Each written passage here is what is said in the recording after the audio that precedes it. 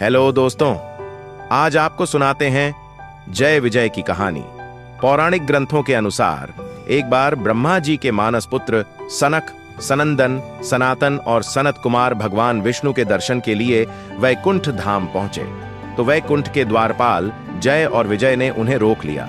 उन्होंने ब्रह्म कुमारों से कहा, रुकिए, अभी भगवान से मिलने का समय नहीं है, हमें किसी को भी अंदर भेजने की अनुमति नहीं है।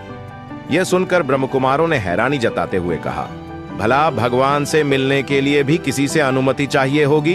भगवान से तो कोई कभी भी मिल सकता है। इस पर जय विजय ने कहा कि आपकी बात तर्क सम्मत हो सकती है, परंतु हमारे कार्य क्षेत्र से बाहर है। इस क्षण हम आपको अंदर जाने की अनुमति नहीं दे सकते। इस बात से क्रोधित होकर सनक आदि ब्रह्म कुमारों ने जय विजय को धरती पर जन्म मरण के बंधन में गिरने का श्राप दे दिया और वहां से चले गए। यह श्राप सुनकर जय विजय जोर जोर से विलाप करने लगे।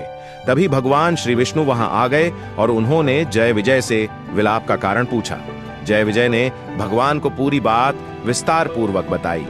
भगवान विष्णु जी ने उनसे कहा कि मैं श्राप को शून्य तो नहीं करूंगा, क्योंकि इससे श्राप देने वाले का एवं उसके तप का अनादर होगा और कर्म चक्र भी बाधित होगा, परंतु तुम अपने स्थान पर अपने कार्य का वहन कर रहे थे, इसलिए मैं तुम्हें इस श्राप से शीघ्र मुक्त होने के 2 उपाय बताता हूं। तुम अपनी इच्छा अनुसार कोई एक चुन लो।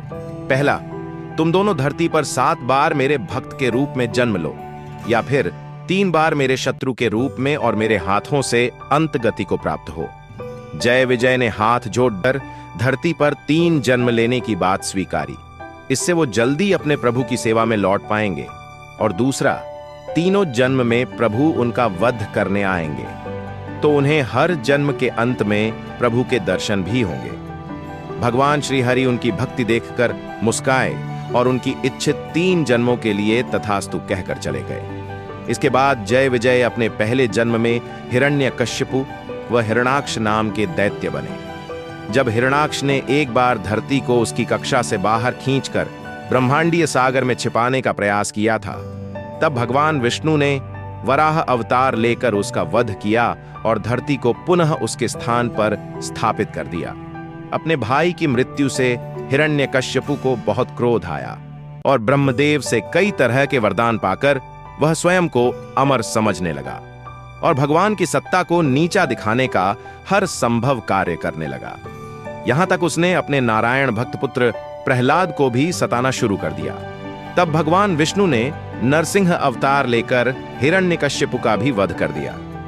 अपने दूसरे जन्म में जय विजय रावण और कुंभकर्ण बने। इस जन्म में रावण लंका का राजा था और कुंभकर्ण उसका भाई। तब श्री नारायण ने अयोध्या के राजा दशरथ के पुत्र राम के रूप में जन्म लिया और फिर प्रभु श्री राम ने रावण और कुंभकर्ण का वध किया। तीसरे जन्म में जय विजय शिशुपाल व दंतवक्र के रूप में जन्मे। इनके इस जन्म के समय नारायण अपने पूर्ण रूप में भगवान श्री कृष्ण बन धरती पर आए। भगवान श्री कृष्ण के बुआ के पुत्र के रूप में जन्मे थे शिशुपाल और दंतवक्र। भाई होने के बाद भी ये दोनों भगवान श्री कृष्ण से बैर रखते थे और प्रभु को अपना शत्रु मानते थे। इनके बुरे कर्मों के चलते इस जन्म में श्रीहरि ने इनका वध किया। इस प्रकार जय और विजय 3 जन्मों तक प्रभु के शत्रु के रूप में जन्मे और प्रभु के हाथों मुक्ति के बाद वे पुनः श्रीहरि के द्वारपाल जय विजय के रूप में वैकुंठ लोक लौट आए। ऐसे ही और जानकारी के लिए वीडियो को लाइक करें, चैनल को सब्सक्राइब करें।